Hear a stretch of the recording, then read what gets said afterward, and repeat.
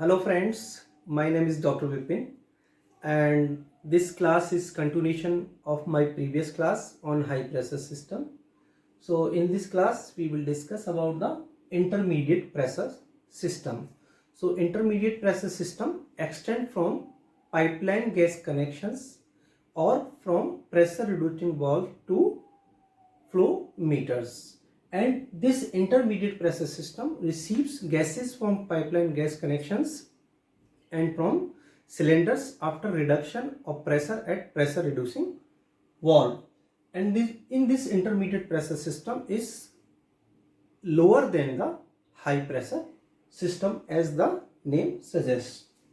Now coming to the parts of the intermediate pressure system, number one is master switch. So master switch has two parts, electric part and pneumatic part.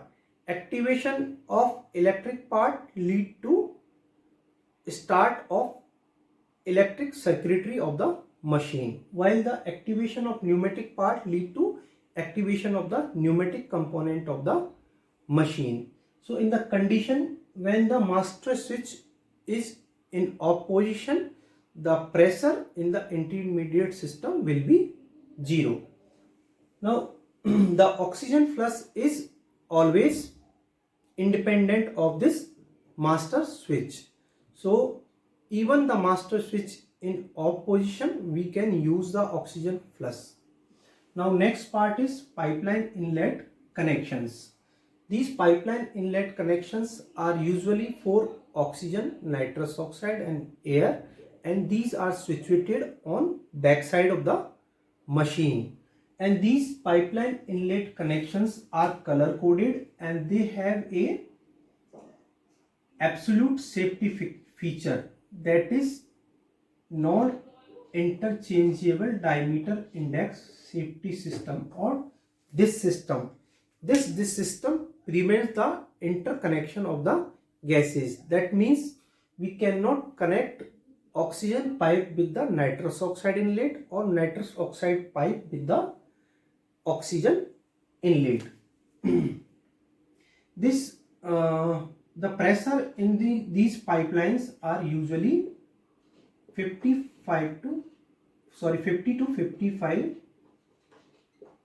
psig for all gases. Now next part is pipeline pressure gauge or pipeline pressure indicators. These pipeline pressure indicator similar to the pressure indicator in high pressure system, may be of modern type, may be of LED type, or may be of digital. These are color coded and they calibrate the pressure in PSIG or in kPa. These pipeline pressure indicated or gauges are situated upstream to the pipeline gas inlet connections. Why these are situated before these? Because if there is any disconnection of the pipeline supply, these pipeline pressure indicators will read 0, so that cylinder pressure will not reflect on these pipeline pressure indicators. Now next part is check valve or unidirectional valve. This unidirectional valve prevent exit of the gases from pipeline gas inlets if there is any drop in pipeline gas supply or any disconnection of pipeline supply. Now next part is filter. So this filter prevents the entry of particulate matter into the machine, and these are of less than 100 micron in size. Now next part is piping. These piping has a standard that they can withstand a pressure 4 times pressure of intended supply pressure, and these pipings has a standard that there should not be any leak more than 25 ml per minute between pipeline gas inlet connection and flow meter.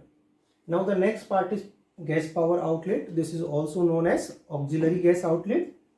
This can be seen on older machines, because in older machines the ventilator was the external part of the machine, and this gas power outlet was meant to supply the oxygen as a driving gas for this ventilator. But in newer machine, the ventilator is an integral part of the machine, so we cannot see this gas power outlet or auxiliary gas outlet on the machine. Now next is oxygen pressure failure device. This is a absolute safety feature of the machine, and these are of two type. Number one is oxygen failure safety device. Oxygen failure safety device shut off the oxygen, shut off the supply of other gases like nitrous oxide and air in case if there is any drop in oxygen pressure or disconnection of pipeline supply, so that supply of oxygen will not drop less than 19% at common gas outlet. These oxygen failure safety devices are manufacturer specific, and they have different mechanism of working in case of different manufacturers. Now the next is oxygen supply failure alarm. This oxygen supply failure alarm is a medium priority alarm, and we cannot disable this alarm once started, and this alarm starts within 5 seconds of drop in oxygen supply or disconnection of oxygen supply, and it activated when the pressure of oxygen drops below 30 psig. But these both of safety devices has some limitations, like they can prevent the hypoxia occurring due to any disconnection of pipeline, or there is drop in oxygen supply pressure in the pipeline, or emptying of the cylinder, that is upstream to the pipeline inlet connection or upstream to the pressure reducing valve. They cannot prevent the hypoxia down occurring due to any fault downstream to the pipeline inlet connection and pressure reducing valve. Now next is gas selector switch. This gas selector switch may be of mechanical type or may be of electronic type. In older machines this is of mechanical type, and by this switch we can select either nitrous oxide or air by turning the switch in any position. And in electronic type of gas selector switch, we have to press the button for nitrous oxide and air to select the gas.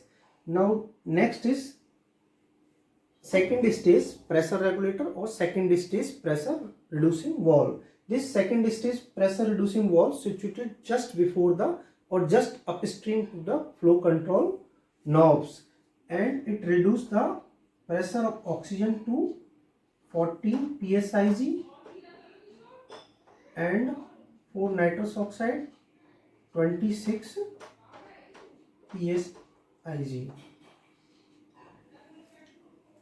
So purpose of this second stage pressure regulator is to prevent fluctuation in flow of flow meter if there is any fluctuation in the pressure of intermediate pressure system. Now next part is oxygen flush. Oxygen flush is labeled as oxygen plus on machine, and it is a self-closing device, and it is situated so that there will not be any unintentional operation of this oxygen flush. So once we activate this oxygen flush, there will be flow of oxygen in the range of 35 to 75 liter per minute, but we cannot calibrate this flow.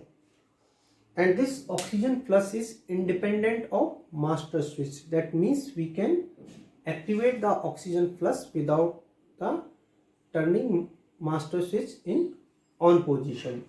And there are some limitations of oxygen flush, that accidental activation of oxygen flush can lead to barotrauma, and repeated activation of this oxygen flush can lead to dilution of the anesthetic gases that can cause awareness during anesthesia. Now next part is flow control knob. These flow control knob are single for these flow control knobs is one for single gas, and this is for oxygen. The flow control knob is larger in size and fluted, and these flow control knobs are color coded. That means the flow control knob for oxygen is white color, and flow control knob for nitrous oxide is blue in color. And by rotating the flow control knobs in anti-clockwise direction, the flow in the flow meter increases. While turning these flow control knob in clockwise direction, flow will decrease. And these flow control knobs must be in closed position while we are not using the machine. So this is all about the intermediate pressure system. So in next class we will discuss about the low pressure.